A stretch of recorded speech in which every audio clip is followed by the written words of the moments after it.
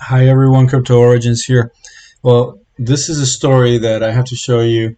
It's about the candidate for president, libertarian candidate for president in Argentina. And he talks about Bitcoin, he talks about crypto, and specifically about central banks. And he seems to be very bullish on crypto, but more specifically, he understands the reasons why. And he's saying that Bitcoin has an algorithm that will one day reach a certain amount and there is no more, and it can compete with other currencies. In fact, it competes with Ethereum and others. And what is a good thing? It's the return of private money. But what is the problem? The problem is that governments will not give up legal tender, because with legal tender, they can scam you with the inflationary tax.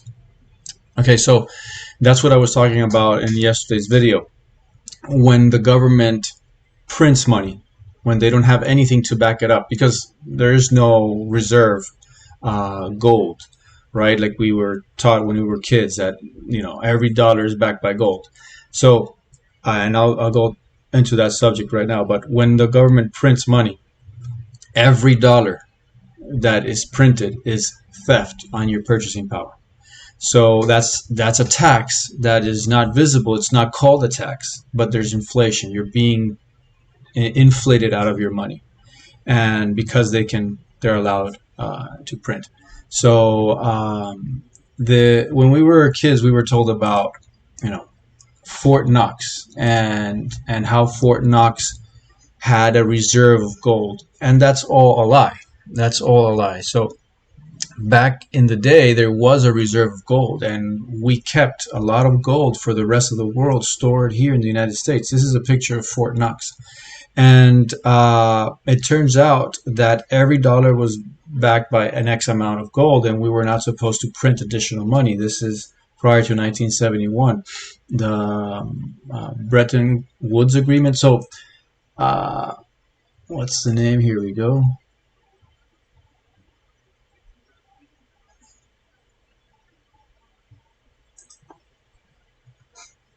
In 1971, instead of defaulting on its financial obligations, the U.S. changed the economic policy entirely, ended the Bretton Woods era, and removed gold from being tied to the U.S. dollar.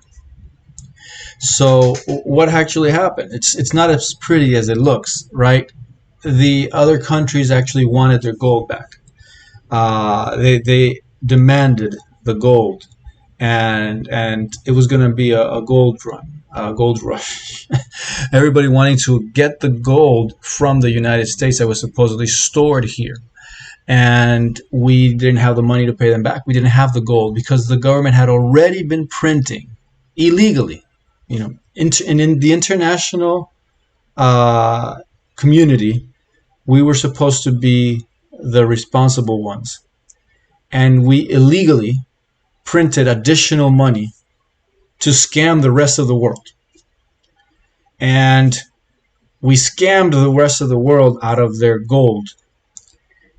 A country realized it. They sent a ship, I believe. I may be misquoting history facts here, but they sent for the gold. And the government said, wait a second, if you get this gold, we're going to have problems because I'm not going to have any gold left for anybody else when they come get it. So there was a big agreement and big geopolitical issue back in the day. It has a whole bunch of ramifications and things that happened during that time. This is a huge subject. There's whole documentaries about this and what happened geopolitically and positioning that happened there with international financial organizations and banks. And it's a big subject that I'm not prepared to talk entirely about right now. But the U.S. had to unpeg its currency from the dollar, but we were still taught in school. We were still taught in school about this is Crypto Zombie. Crypto Zombie was talking about this Javier Milei interview. I highly recommend Crypto Zombie. He has really good stuff out there, good content. So he was talking about the Javier Milei interview, the candidate for president in Argentina.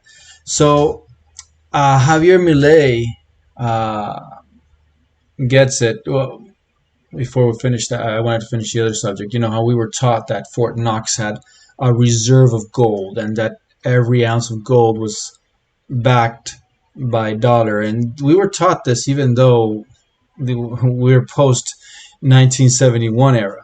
But that's what we were taught, right? But there's no backing. There's no actual backing of the fiat currency that we have. So Javier Milei is actually pushing for simply eliminating the central bank entirely. Says Bitcoin is a natural reaction to the scam of central banks and money returning to the private sector. And the flip side is that the thieving politicians are not going to allow you to go against legal tender. In economies with high inflation, the scam problem is bigger.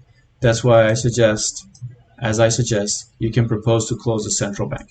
He wants to go against the central bank entirely.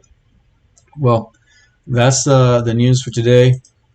There has been a couple of currencies that have been going up slightly.